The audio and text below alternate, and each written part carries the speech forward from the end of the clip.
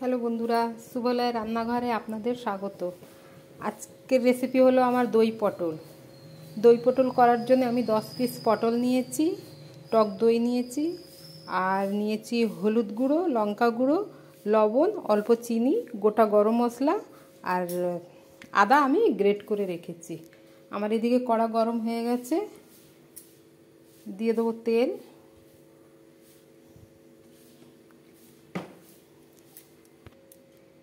তেলটা গরম হয়ে গেছে, এবার আমি পটল দিয়ে দেবো।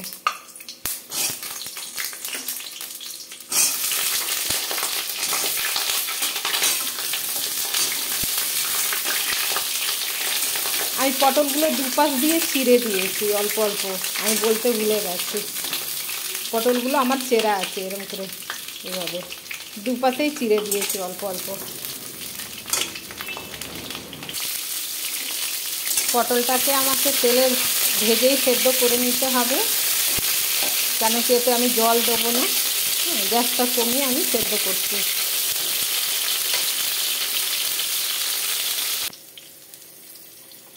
পটলটা আমার ভাজা হয়ে গেছে, এবার আমি একটা একটা করে বের করে নেব।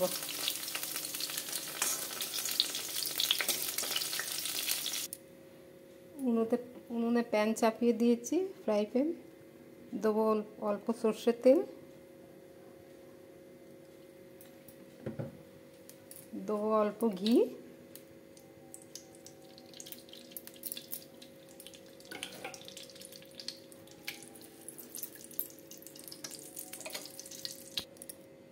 তেজপাতা দিয়ে দেব, গোটা গরম মশলা, অল্প জিরে,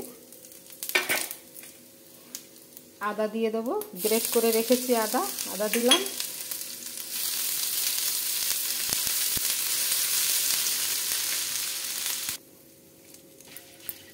দিয়ে দেবো অল্প হিং,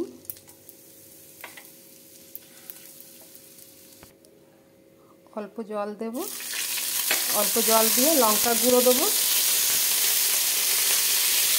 আর হলুদ গুঁড়ো দেবো।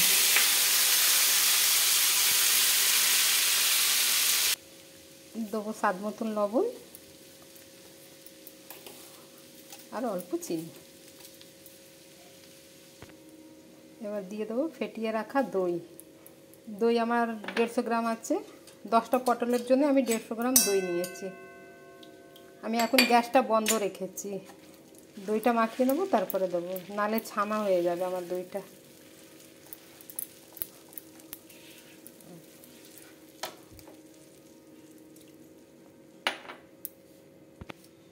আমি গ্যাস জ্বালিয়ে দিয়েছি, একটা একটা করে আমি পটল এতে দিয়ে দেবো দইয়ে।